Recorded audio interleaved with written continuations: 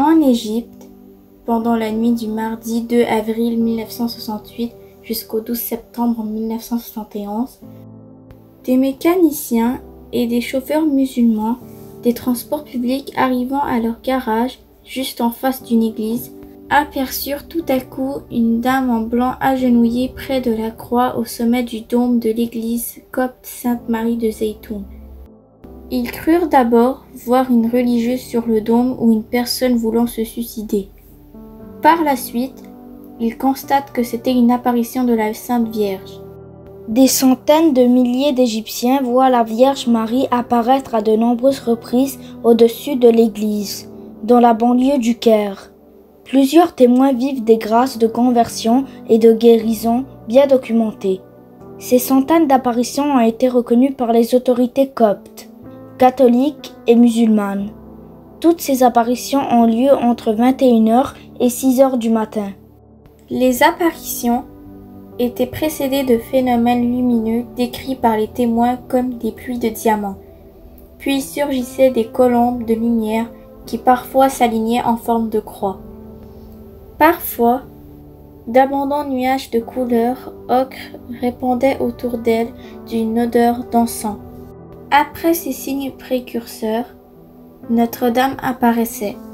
Lors de ces apparitions, la Sainte Vierge est toujours silencieuse. Elle a une auréole autour de la tête et porte parfois une couronne. Paraissant glisser dans les airs, elle se déplace au-dessus de l'église, ses vêtements accompagnant ses mouvements.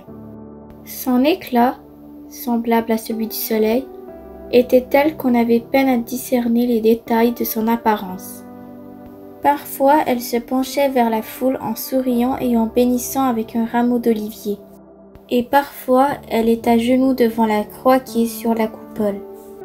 Son image ressemblait en bien des points à celle de l'Immaculée Conception vue par Catherine Labouré en 1830. Image qui avait été popularisée en Égypte par les missions et les écoles catholiques. Occasionnellement, la Vierge fut aperçue tenant l'enfant Jésus dans ses bras ou encore en compagnie de Saint Joseph et de Jésus âgé d'environ 12 ans. L'apparition du 8 juin 1968 dura de 21h à 4h30 du matin, sans interruption. Elle pouvait aussi cesser et reprendre au cours de la même nuit. Parfois, quelques créatures semblables à des oiseaux d'un blanc lumineux pouvaient accompagner la Sainte Vierge flottant dans les airs sans battre des ailes. Au cours de l'année 1968, on estime à environ 50 000, en moyenne, le nombre de pèlerins journaliers qui venaient assister aux apparitions. Leur nombre pouvait, certaines nuits, dépasser les 100 000 personnes, avec un pic à 250 000 personnes. Les autorités durent interdire le trafic automobile aux alentours de l'église et déménager certaines bâtisses dans le garage dédié au transport public situé juste en face.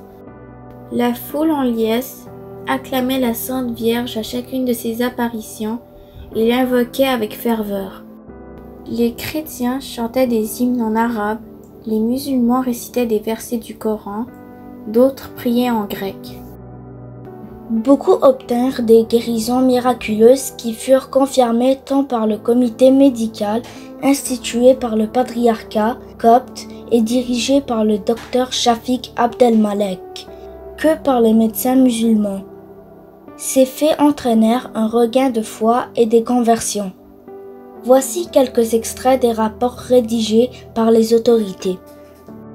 Le père Constantin Moussa, curé de la paroisse Sainte-Marie, écrit dans son rapport: Après cette soirée mémorable, la première apparition, la Sainte Vierge apparut plus d'une fois et fut aperçue par différentes autres personnes, parmi lesquelles M. Michel Soliman et sa famille qui habite en face de l'église.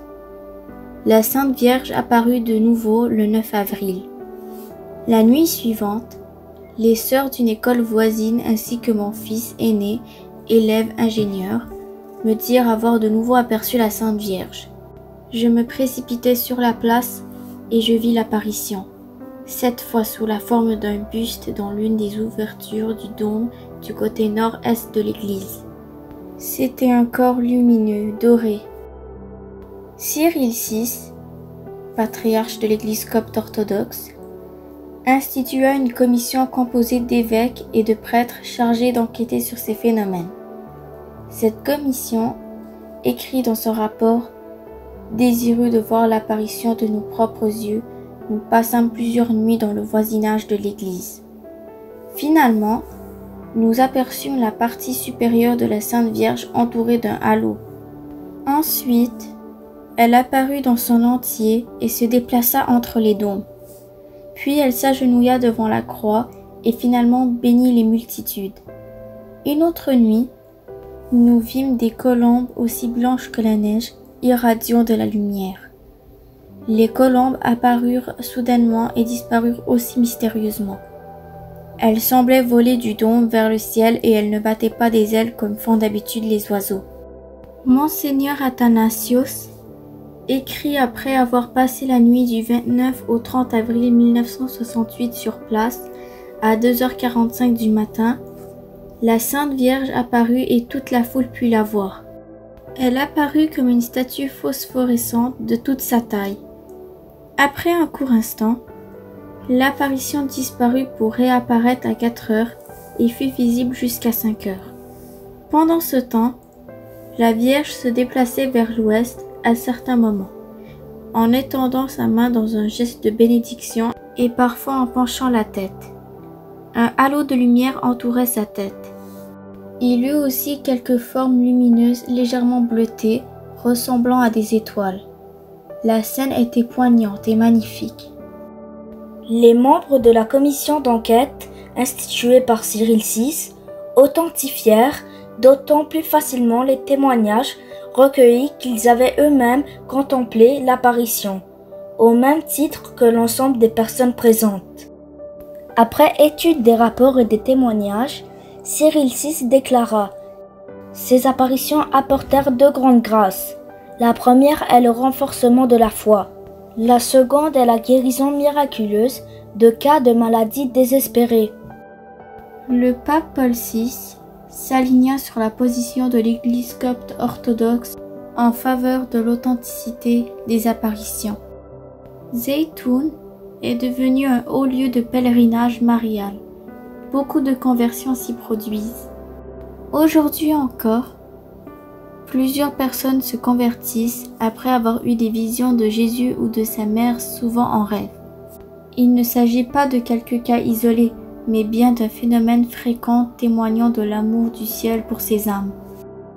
Petit retour à la Bible. La tradition raconte que la Sainte Famille serait passée par Zeytoun lorsqu'elle se réfugia en Égypte pour échapper à Hérode I, le grand qui cherchait à faire mourir l'enfant Jésus. Un deuxième événement est à noter, l'église de Zeytoun, au-dessus de laquelle eurent lieu les apparitions, fut construite en 1924, suite à la demande qu'adressa la Vierge Marie en rêve à Khalil Ibrahim, un riche investisseur copte qui avait acquis le terrain 4 ans auparavant.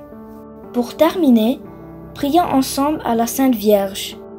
Je vous salue Marie pleine de grâce, le Seigneur est avec vous. Vous êtes bénie entre toutes les femmes, et Jésus, le fruit de vos entrailles, est béni. Sainte Marie, Mère de Dieu, priez pour nous pauvres pécheurs, maintenant et à l'heure de notre mort. Amen. Abonnez-vous pour plus de vidéos. Au revoir.